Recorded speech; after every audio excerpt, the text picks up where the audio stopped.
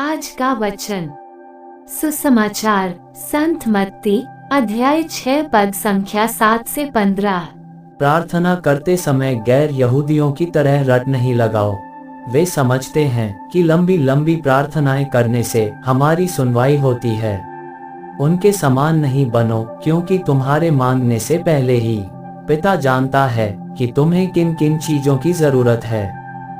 तो इस प्रकार प्रार्थना किया करो, स्वर्ग में विराजमान हमारे पिता, तेरा नाम पवित्र माना जाए, तेरा राज्य आए, तेरी इच्छा जैसे स्वर्ग में वैसे पृथ्वी पर भी पूरी हो।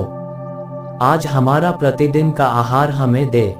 हमारे अपराध क्षमा कर, जैसे हमने भी अपने अपराधियों को क्षमा किया है, और हमें परीक्षा में न डाल, बल्कि बुराई से हमें बचा। यदि तुम दूसरों के अपराध क्षमा करोगे तो तुम्हारा स्वर्गिक पिता भी तुम्हें क्षमा करेगा। परंतु यदि तुम दूसरों को क्षमा नहीं करोगे तो तुम्हारा पिता भी तुम्हारे अपराध क्षमा नहीं करेगा। यह प्रभु का पवित्र सुसमाचार है। आमीन। आज का चिंतन प्रवक्ता ग्रंथ में एलियाह के लिए बहुत ही सम्मान झलकता है, जिनके बहुत ही अद्भुत कार्य है। यद्यपि वे अपने चमत्कारों के लिए सफल माने जाते हैं, फिर भी उनके जीवन में कठिनाइयां थी। ऊंचे पदों पर कार्यरत लोगों को देखने से ऐसा लगता है कि उनके जीवन में कठिनाइयां ही नहीं, पर नबी एलियाह के जीवन में बहुत सारी कठिनाइयां थी।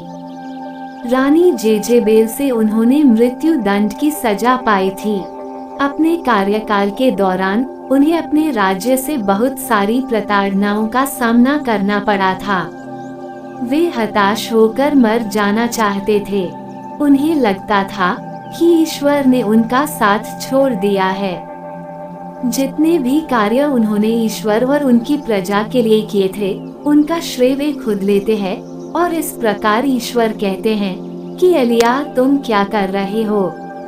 अंत में उन्हें अपने कार्यों को एलीशा के लिए सौंपना पड़ा था, जो उसके लिए बहुत ही कठिन रहा होगा।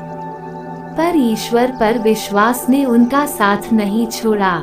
कुड़कुड़ाते हुए भी एलियाह ने ईश्वर पर आस्था रखी थी, और ईश्वर ने भी उसका ख्याल रखा था। ईश्वर हमेशा से उनके साथ रहे।